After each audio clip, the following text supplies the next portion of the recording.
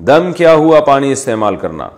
مدرسۃ البنات میں ختم بخاری شریف کے وقت مولانا صاحب کی طرف سے دم کیا ہوا پانی ملتا ہے، کیا ہم وہ پانی استعمال کر سکتے ہیں؟ یہ بھی بتا دیں کہ کسی کا دم کیا ہوا پانی استعمال کرنا درست ہے؟ ارم یوسف انڈیا سے۔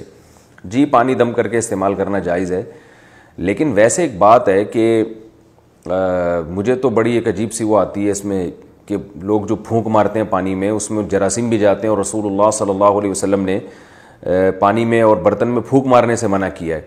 تو اور اس کی وجہ یہی ہے کہ جب آپ پانی میں پھونک ماریں گے تو جمس جائیں گے اس میں۔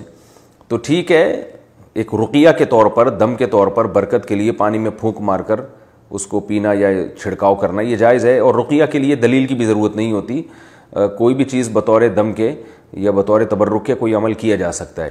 لیکن یہ کہ یہ ویسے اس کے خلاف معلوم ہوتا ہے اس کو، اس ایسے پانی کو پینا، اور ویسے بھی ایک نامحرم لڑکیوں کا، ایک نامحرم مرد کے دم کیے ہوئے پانی کو کثرت سے استعمال کرنے میں اور تھوڑی ایک حیا کے خلاف یہ بات معلوم ہوتی ہے۔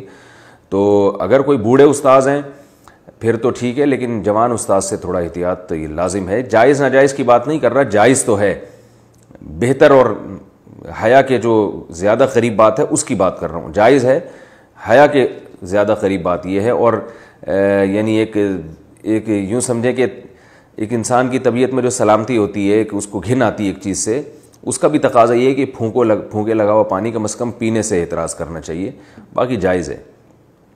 بہتر یہی ہے کہ جو چیزیں احادیث سے ثابت ہیں ان کو فالو کیا جائے نا۔ رقیہ میں سورہ فاتحہ، سورہ فلق، سورہ ناس پڑھا کریں رات کو سونے سے پہلے، سورہ فلق، سورہ ناس پڑھ کے پھونک ماریں، ہاتھ پہ دم کریں، 3 دفعہ پورے جسم پہ پھیریں۔